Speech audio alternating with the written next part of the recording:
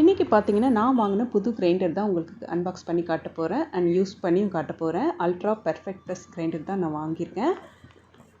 இந்த கிரைண்டர் பார்த்திங்கன்னா ரொம்ப வெயிட்லெஸ் ஆனது தான்.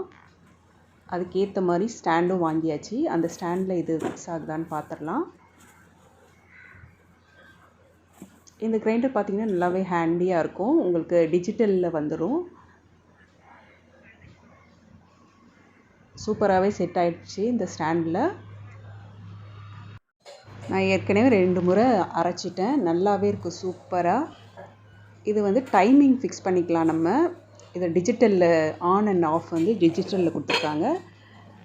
நமக்கு எவ்வளோ நேரம் நம்ம மாவு அரைக்கணும்னு சொல்லிட்டு டைமை செட் பண்ணிட்டோன்னா 15 மினிட்ஸ் வச்சுருக்கேன் நான். அந்த டைம் முடியும் போது கரெக்டாக மாவெல்லாம் அரைச்சி பீப் சவுண்டு கொடுக்கும். மேலே இந்த மாதிரி லாக் கொடுத்துருக்காங்க. நம்ம ப்ரெஸ் பண்ணி லாக் பண்ணிட்டோன்னா லாக் ஆகிடும். உங்களுக்கு ஷேக் ஆகாது. அதே மாதிரி ரொம்ப ஸ்மூத்தாக இருக்கும். சவுண்டு ஒரு நாய்ஸ்லெஸ்ஸாக இருக்கும். சூப்பராகவே இருக்குது. நான் ஒரு 1/2 kg அளவு அரிசியும் உளுந்தும் சேர்த்து ஒன்றாவே ஊற போட்டிருக்கேன். இந்த கிரைண்டரோட கெப்பாசிட்டி பார்த்திங்கன்னா 1 kg வரையும் மாவு அரைக்கலாம். போட்டுட்டு நம்ம தேவையான அளவு தண்ணி ஊற்றிட்டு க்ளோஸ் பண்ணி வச்சிடலாம். க்ளோஸ் பண்ணி விட்டுட்டு தண்ணி தேவைப்பட்டால் நடுவில் ஓப்பன் பண்ணி ஊற்றிக்கலாம். இப்போ பாருங்கள், முடிகிற ஸ்டேஜ் பீப் சவுண்ட் கேட்குது பாருங்கள்.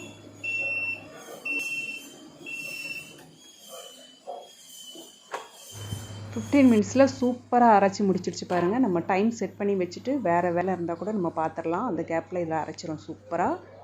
இப்போ ஓப்பன் பண்ணிடலாம். இந்த லாக் தான் கரெக்டாக போடணும் நம்ம.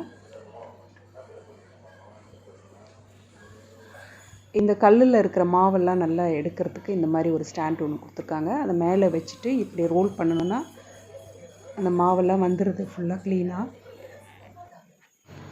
நீங்களும் நல்ல ஒரு கிரைண்டர் வாங்கணுன்ட்டு தேடிட்டு இருந்தீங்க. இதை ட்ரை பண்ணி பாருங்கள். எந்த ப்ரமோஷன்லாம் கிடையாது. நான் யூஸ் பண்ணி பார்த்துட்டு அது உங்களுக்கும் யூஸ்ஃபுல்லாக இருக்கும்னு சொல்லிட்டு தான் காட்டுறேன். வெயிட்லெஸ்ஸாகவும் இருக்கும். நம்ம ஹேண்டில் பண்ணுறதுக்கு ரொம்பவே ஈஸியாக இருக்குது. இப்போ மாவெல்லாம் எடுத்துட்டு வாஷ் பண்ணி வச்சிட வேண்டியது தான். இந்த வீடியோ உங்களுக்கு யூஸ்ஃபுல்லாக இருக்கும்னு நினைக்கிறேன். யூஸ்ஃபுல்லாக இருந்தால் உங்கள் ஃப்ரெண்ட்ஸ்க்கும் ஷேர் பண்ணுங்கள் அண்ட் சப்ஸ்கிரைப் பண்ணிடுங்க. தேங்க்யூ.